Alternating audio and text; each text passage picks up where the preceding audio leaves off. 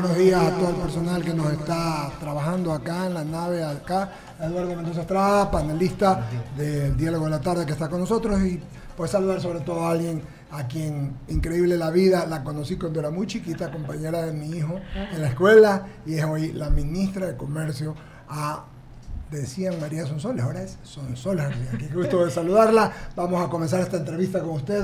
Va a comenzar el mayor de todos nosotros, Eduardo. Así que gracias por estar aquí, ministra. Muy buenas tardes, muy buenos días. Estoy en las tardes porque yo salgo en la tarde. Qué gusto estar aquí contigo, ministra. La verdad es un honor tener a María Sonsoles García, justamente una buena amiga, pues, y una persona que está dándolo todo por el país. La verdad es que es muy chévere, porque el día que me lo comentó un buen amigo, el doctor Orlando, la verdad que me pareció increíble, y la suerte, y muchas gracias, agradecerte pues por la entrevista. Yo quiero empezar la entrevista del día de hoy, ministra, respecto del tema de lo que está sucediendo en temas de comercio. Tú eres ministra de la Producción y Comercio, y te fuiste hace poco a Canadá. La semana pasada que te escribí, me comentabas eso. Qué gusto saludarte. Muchísimas gracias por tenerme, qué gusto poder estar en un lugar donde veo amigos de toda la vida. Gracias por tenerme, y sí, mucho que contar desde el Ministerio de la Producción. Muchas carteras he estado en una sola, mucha responsabilidad, pero asumiéndolo con gran responsabilidad y compromiso. La semana pasada que estuvimos en Canadá con el presidente, estuvimos también con la ministra de Energía y Minas, la canciller, el secretario de la Administración Pública, primera visita de un mandatario ecuatoriano a Canadá. Mire usted, así que fue recibido con muchísimo entusiasmo por parte de los ecuatorianos en Canadá y del gobierno canadiense también. Realmente estar en PDAC fue un hito. Ustedes saben que Ecuador está volcando hacia ser un país con vocación minera, que creemos que va a poder aportar mucho a las exportaciones, al PIB, generar empleo, y sobre todo que las empresas mineras canadienses y australianas han demostrado a lo largo del mundo de que son empresas que trabajan con responsabilidad ambiental y social. Así que Ecuador pueda traer ese tipo de inversión es grato.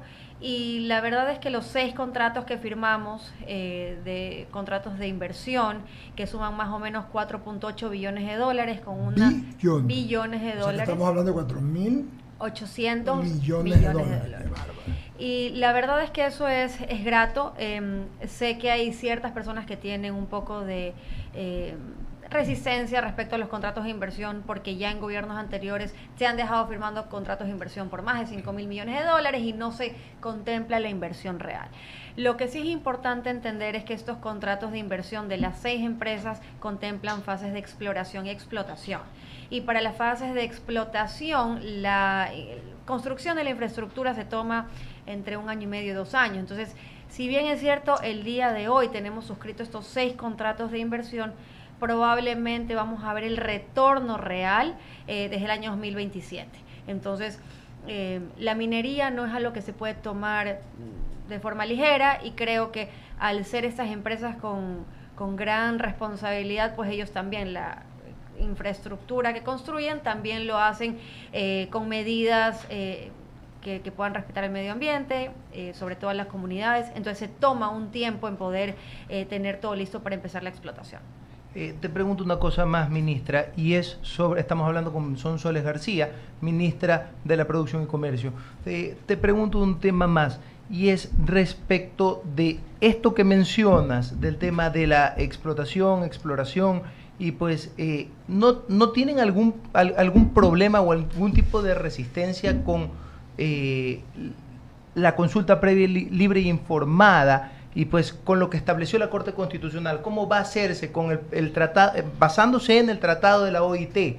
Porque es importante reconocer esa parte, porque hay otras personas pues que son los dueños de las comunidades.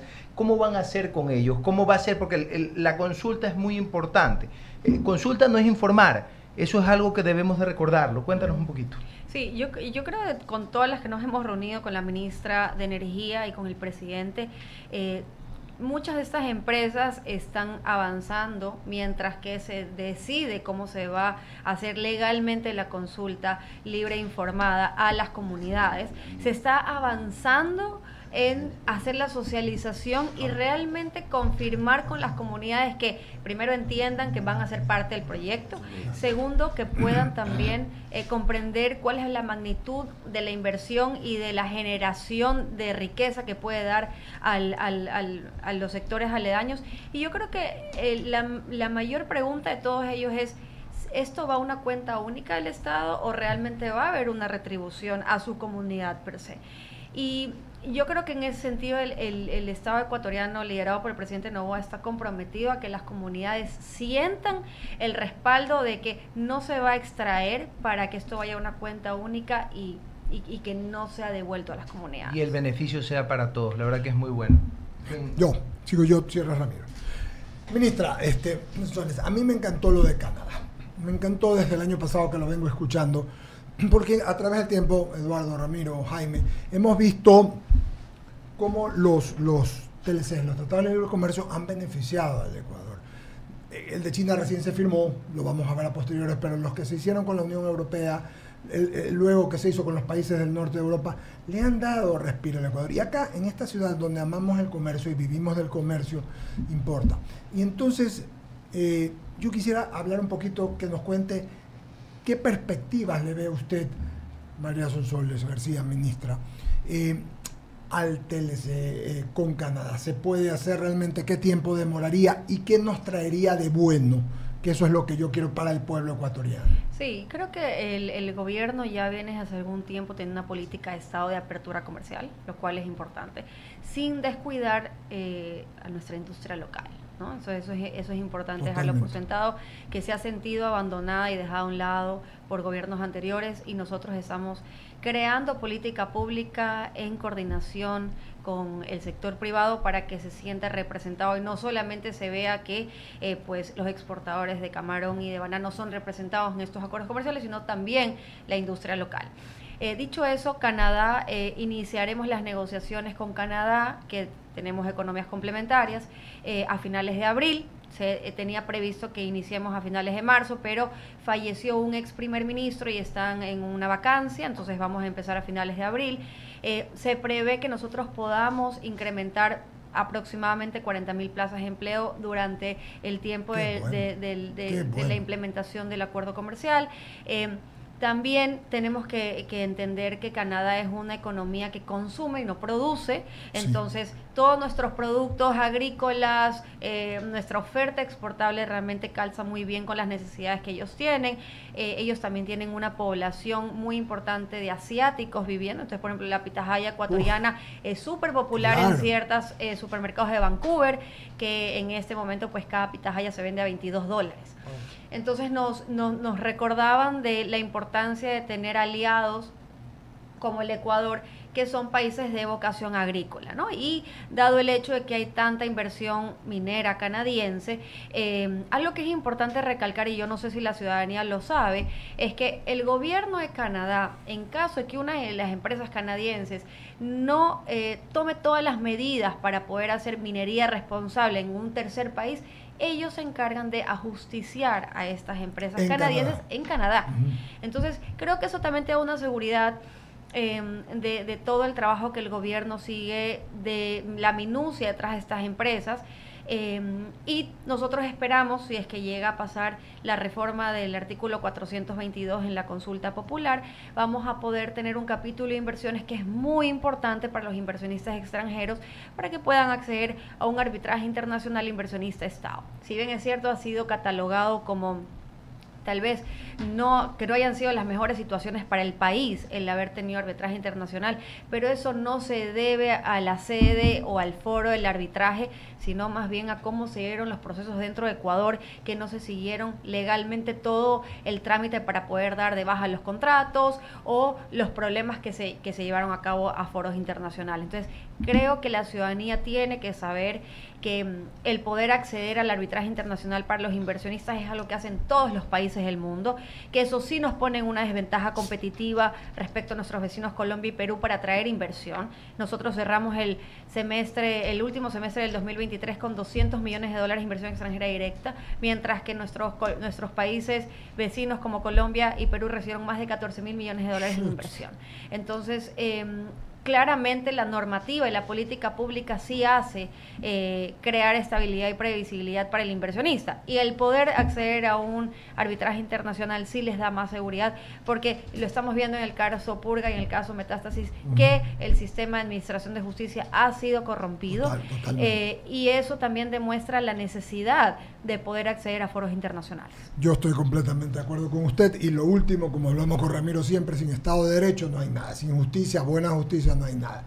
Entonces en abril comenzarían, a las fines negociaciones. De abril. Ya, ¿qué tiempo cree usted, estima que normalmente demora en tratarse esto para irlo concretando, para saber? Bueno, es un acuerdo comercial completo, no es solo acceso a mercados como se suscribió con China, que era solo acceso a mercados.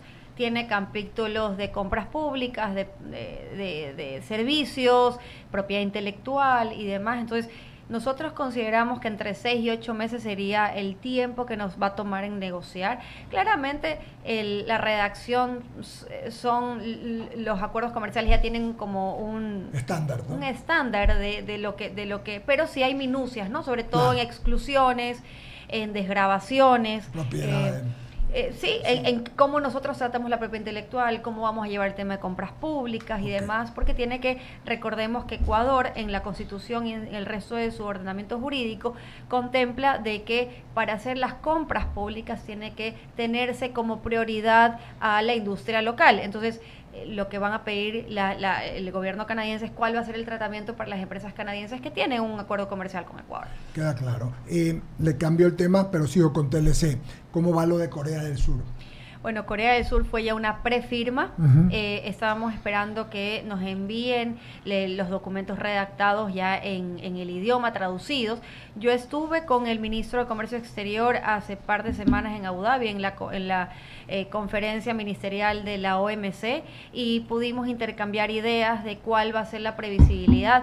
Ellos dijeron que consideran que hasta finales del primer semestre, inicio del segundo semestre del 2024, vamos a poder tener el documento redactado para la firma, con las traducciones, y una vez que tengamos eso, pues iniciará todo el proceso de la validación ante la Corte Constitucional y luego la ratificación ante la Asamblea. O sea, que estimamos que hasta fin de año podríamos tenerlo de Corea del Sur, con suerte. Con suerte, porque no podemos determinar los tiempos de la Corte Constitucional. Claro. Sí. Ya, y lo de Canadá me dice que por lo menos la parte básica 8 meses, ¿no? ¿Verdad? Sí, y esperamos poder tener al primer ministro Trudeau a que venga a firmar acá a Ecuador. El acuerdo comercial sería bastante bueno tener la visita de él para acá antes de que termine su mandato. Que creo que va a buscar la reelección, pero de todas maneras sería bueno poder tenerlo acá. El gobierno de Canadá ha sido gran aliado del gobierno ecuatoriano.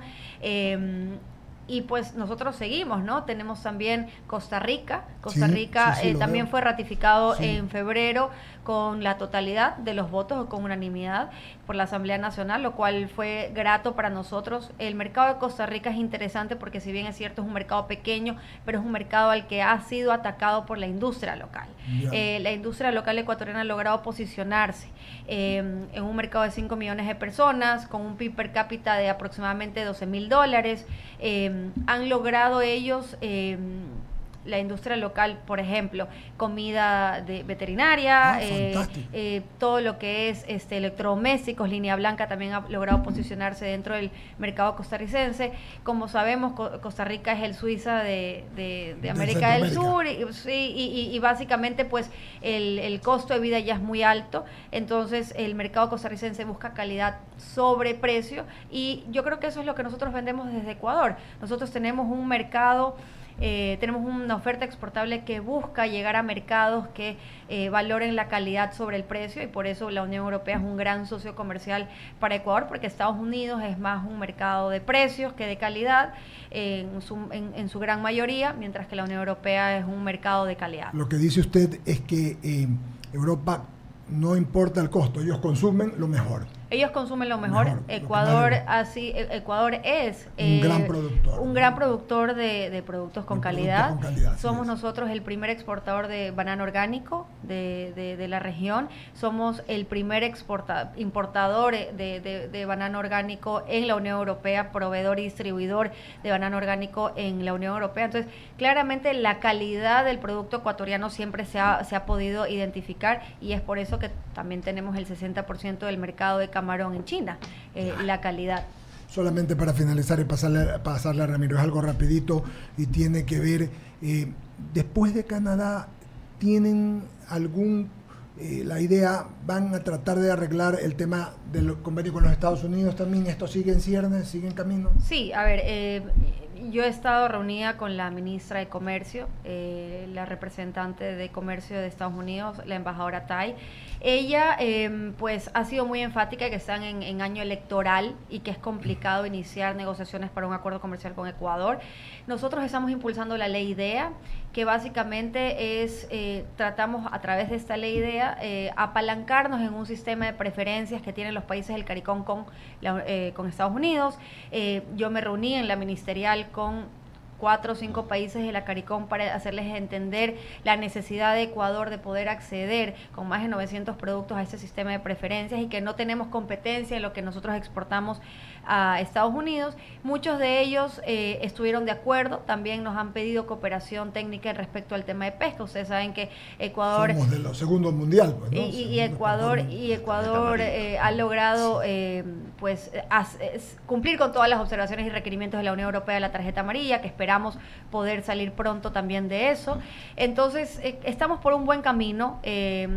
Todavía no se ha metido la ley IDEA, una ley ómnibus, para que pueda pasar a la aprobación de Congreso, Senado y pues todos los representantes de las diferentes cámaras, pero estamos con bastante esperanza de que eso lo podamos hacer pronto, o al menos iniciar negociaciones para un acuerdo comercial el próximo año, que ya tenemos nuevo presidente en Estados Unidos. 8:45, conversando con la ministra María Sonsoles García. Ramiro Cepeda sigue con la entrevista. Sonsoles, buenos días, gusto de tenerla aquí. Gracias. Ha dicho tantas cosas interesantes, vamos a tratar de resumir. Ha hablado de que su ministerio sigue políticas de Estado y vemos la continuidad de unos excelentes ministros que la precedieron y cuya vara la dejaron muy alta, y que ve que se está cosechando no el ministro de turno, sino el país. Correcto. Lo cual es interesante. El tema del arbitraje que se pone en consulta para que puedan emitir hacerse los contratos con las cláusulas compromisorias para poder someterse a árbitros, bien sea la Cámara de Comercio de París, la CCI, o en Nueva York o en el sur, donde haya arbitraje internacional, es importante. La denominación de origen de algunas marcas que se trabajó, como el sombrero de Montecristi, para que no se lo conozca como el Panama Hat. Y aquí tuvimos sentado al embajador francés, que nos hablaba también de una comisión que vino a ver sobre la pepa de oro, sobre el café, cuyo origen, en contra de lo que nos enseñan en historia, termina siendo en nuestro país. Son retos que usted tiene. ¿Qué se ha hecho para trabajar la marca país como política de Estado y no para promocionar a X, Y o Z mandatario de turno? ¿Cómo estamos trabajando en eso? Sí, bueno, creo que eso se ha hecho un trabajo coordinado y articulado con otras instituciones. En muchos países la agencia de promoción, lo que vendría a ser Proecuador, es la que se encarga de no solo manejar la promoción de productos exportables y de servicios, sino también de poder posicionar la marca país. Lo que estamos trabajando con el ministro Olsen específicamente es hacer que Proecuador se constituya en una agencia que pueda tener pues la importancia que siempre ha tenido Proecuador y que la ha comenzado a perder con el paso de los años, y que sea un instituto donde se hace promoción de exportaciones, de servicios, atracción de inversiones, promoción de zonas francas y promoción turística. Porque claramente pues el ministro O'Neill siempre se apalancó en las oficinas comerciales, pero él, al no ser parte del directorio, no podía dar directrices claras, y entendemos la necesidad de promocionar el turismo en el mundo, y si tenemos oficinas comerciales hay que hacerlo. Entonces estamos creando un directorio donde vamos a estar diferentes ministros de Estado, y la intención es poder dar directrices claras para que las oficinas comerciales no solamente sirvan cuando vamos los ministros a hacer una agenda con inversionistas, sino que también sirva para cuando vayan las empresas, que sirva cuando hayan ferias de turismo y que constantemente puedan promocionar el país. Eso es lo que nosotros necesitamos tener, embajadores de la marca país en cada una de las oficinas comerciales que tenemos en el mundo. Sonsoles, a mí de las cosas que me preocupa de los tratados comerciales es que muchas veces podemos quedarnos guindados cuando alguna de estas opciones se deja caer. Me voy a explicar. Si en algún momento a China se le ocurre no comprar camarón y es el 60% de la exportación, no quebrará uno, quebrarán algunos. Entonces, ¿cuál es la forma de diluir este riesgo? Es diversificar. Correcto. No está mal que se exporte a uno, está mal que haya concentración de. Correcto. ¿Qué se está haciendo para esto? Sí, bueno, una de los temas, creo, cruciales y fundamentales es entender que no podemos tener concentración en mercados. Lo que acabas de decir, Ramiro, es correcto. Si bien es cierto, es un orgullo para el ecuatoriano y para el sector exportador camaronero decir, nosotros atendemos el 60% de un mercado de 1.400 millones de personas. Claramente es relevante y no es fácil colocar esa cantidad de producto en otros mercados. Pero en las semanas pasadas que estuve en Emiratos Árabes, en la ministerial... Sí, que viaja, ministra. Me toca, por favor. Imagínense, tengo 4 carteras de Estado y tengo que estar en todo.com. Y realmente me pude reunir con el ministro de Comercio Exterior de Emiratos Árabes y veíamos que con ellos tenemos una balanza comercial positiva. Ellos compraron de Ecuador 600 millones de dólares, nosotros compramos de Emiratos Árabes 18 millones de dólares y ellos nos decían, nosotros estamos interesados en poder duplicar el monto de inversión que tenemos en Ecuador y el monto de compra que tenemos en Ecuador. Si bien es cierto, Emiratos Árabes son países pequeños en cuestión de... Con toda la plata del mundo. Con toda la plata del mundo, Nada pero cada vez más están haciendo puntos de residencia de extranjeros. Entonces, yo voy a estar en el mes de mayo, ojalá que el presidente me pueda acompañar, vamos a ir a hacer una gira de inversiones por algunos países del Medio Oriente, porque hay mucho interés de que Emiratos Árabes se convierta en un país que en el 2050 ya no dependa del petróleo, y aunque tienen 250 años más de petróleo. Entonces están invirtiendo en energías renovables, ellos compran camarón. Ven a futuro. Y ven a futuro, y ellos también tienen algo que se llama seguridad alimentaria dentro de su línea. Y ellos ven que Ecuador, que exporta más del 80% de lo que produce, lo exporta, ven la necesidad de apalancarse en países como Ecuador para la seguridad alimentaria. Entonces, si bien es cierto, en este momento no tienen una población como la tiene China, pero ellos pueden ser punto de entrada para los otros 70 países que están alrededor. Entonces, sí se vuelve interesante en poder explorar otros socios comerciales que no sean los mercados grandes a los que hemos estado acostumbrados. Sonsoles, mi tercera pregunta y última. Siempre es bueno mirar atrás para proyectarnos al futuro. ¿Tienen números sobre los beneficios y réditos que ha dado el haber firmado el tratado con la Comunidad Europea a lo largo de estos 4 años? ¿Eran? 7. 7.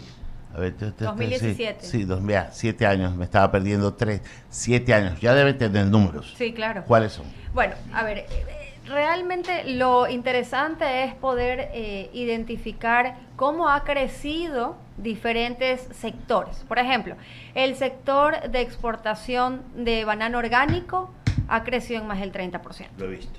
Y eso, lo que yo podría hacer énfasis del mercado de banano orgánico... Y que tiene un mejor precio en Europa. Sí, claro. Cotizadísimo. Es que el pequeño empresario es el mayor exportador. Entonces, ahí vemos que estos acuerdos logran permear no solamente en los grandes, sí, los grandes pueden concentrar en empacadoras, pueden tener todas las certificaciones, pero necesitan del pequeño. Entonces, lo importante de este tipo de acuerdos es ver cómo se logran crear estas cadenas de valor entre los pequeños y microproductores a las grandes empacadoras que logran posicionar el producto en los mercados internacionales. Tenemos también el sector del camarón que en los últimos 10 años ha crecido exponencialmente. Han crecido el 50% y una gran cantidad se va a la Unión Europea. Lo que yo podría decir es que hay otros sectores, por ejemplo, el sector de la pesca, que también se ha beneficiado, no solamente el atún, o sea, los enlatados, sino también la pesca fresca congelada, se ha beneficiado del acuerdo comercial. Y eso lo vemos trasladado a la ciudad de Manta, donde vemos pues que durante la pandemia, que se estaba terminando de concretar el acuerdo comercial, lo que mantuvo y sostuvo la economía de Manta fueron la pesca y pues fresca. Las grandes empresas que se encargan de enlatar el atún. Entonces, si bien es cierto, el producto ecuatoriano siempre ha tenido esto de arrastrar con el dólar, que nos hace un 30% más costoso en términos de costo de producción versus nuestros competidores que son Colombia y Perú, nosotros siempre logramos por calidad ser distintivos. Y aún así, el día de hoy, por ejemplo, en el mercado norteamericano, que la lata de atún con aceite entra con un 15% de arancel, aún así somos competitivos en términos de los mercados de calidad respecto al producto chino, por ejemplo, ¿no? Entonces, yo creo que eso son de las cosas que podemos resaltar. Más allá de los números que podamos ver, que son importantes, es todos los encadenamientos que se han logrado establecer, cómo ha logrado crecer la industria y cómo se le ha dado cierto giro a la visión de Ecuador. Ecuador es un mercado concentrado de 18 millones de personas, que no tenemos un PIB per cápita como el mercado europeo, y que el poder abrirnos y también ser punto de entrada de otros países a la región es lo que nos va a dar la distinción. Y ese ha sido también, creo que una de las visiones de este gobierno, es entender lo que tenemos. Somos un mercado pequeño, no podemos concentrar que todo lo que producimos lo consumamos, pero sí podemos tener aliados estratégicos con mercados grandes para poder colocar nuestro producto. Jaime Velázquez con la última pregunta para la ministra, agradeciéndole a Sonsoles García que esté acá. Jaime, por favor, en plataforma, sala de redacción. Gracias, Eduardo. Bienvenida, buenos días, la verdad un placer tenerla por acá. Tengo una sola pregunta y es ¿cómo reacciona el gobierno ante las posibles, digamos, acciones que va a tomar la CONAI u otros ambientalistas con respecto a la explotación minera, que aparentemente no todos tienen el mismo chip? Y yo sé que esto es un problema más bien político de la gente, de cambiar la manera de pensar. ¿Cómo se está preparando el gobierno para hacerles entender que esto es bueno para el Ecuador? Bueno, es una excelente pregunta y creo que compleja de responder, porque claramente, más allá de todas las acciones que se puedan tomar desde el gobierno central y del apoyo que se tenga en la ciudadanía, nosotros no tenemos una receta mágica que podamos confirmar que se vaya a poder lograr. Pero otra de las cosas que se está haciendo y se está trabajando muy de cerca con Ministerio de Gobierno, que está haciendo un gran trabajo en territorio, la ministra de Energía y Minas y el presidente, es poder socializar, es poder llegar al ciudadano de a pie y que entienda los beneficios que va a tener el poder contar con provincias con vocación minera. Todo lo que eso va a dejar no solamente al Estado, sino a la provincia, a sus ciudadanos. La cantidad de empleo. Yo que estuve en Canadá con una empresa canadiense, por ejemplo, ellos contaban todo el trabajo que están haciendo con una comunidad indígena en Guarinza, y claro, y se ve que todos ellos están organizados, están claros de cuáles van a ser los beneficios, están claros de las plazas de empleo que se están creando, pero creo que aquí tenemos que nosotros separar qué es lo que necesita la ciudadanía ecuatoriana respecto al término económico y qué es lo que es ideología. Y creo que el presidente ha logrado desmarcarse de esa posición ideológica. Él está haciendo lo que es mejor para el país, y eso es lo que tenemos que nosotros tratar de precautelar desde cada una de nuestras carteras de Estado, es poder hacer país, poder construir un nuevo Ecuador, que es el legado que el presidente Noboa quiere dejarle a los ecuatorianos, y poder tomar todas las acciones que puedan llevar y encaminarnos a eso. No será un camino fácil, porque claramente pues cada una de estas comunidades tiene sus intereses y creo que el presidente Noboa ha logrado identificar que no podemos imponerles nada a ellos. Ellos tienen que ser nuestros aliados y tienen que también sumarse a estas iniciativas sin que sea una imposición, sino que sea un trabajo articulado. Así que creo que ese es el camino que se está siguiendo desde el Ministerio y desde los otros carteras de Estado, es poder acompañar al inversionista a que pueda llegar a esas comunidades, pero que las comunidades también se sientan respaldadas y representadas.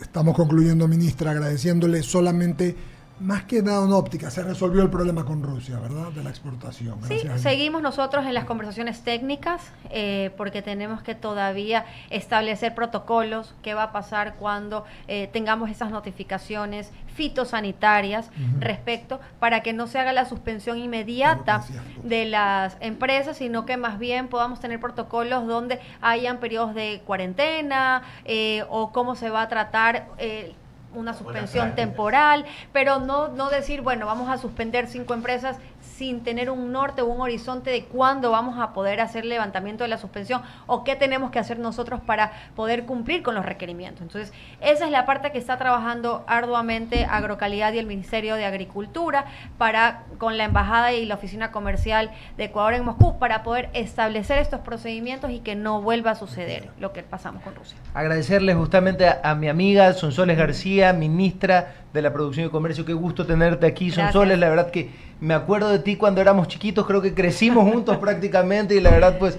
emociona y da gusto que hayan profesionales como tú que estén haciendo el trabajo bien, ¿ya? Y que estés aquí dando la cara por el país, porque eso es lo que estás haciendo. La verdad te felicito, te agradezco, y pues esta es tu radio, estos son tus micrófonos. Pues y siempre bienvenida, qué gusto tenerte. Muchísimas gracias por tenerme, gracias por hacerme sentir en casa, y pues cuando quieran aquí estoy también para venir y comentarles un poquito más lo que estamos haciendo desde producción. Muchísimas gracias. Gracias, ministra. Muchas gracias. Gracias.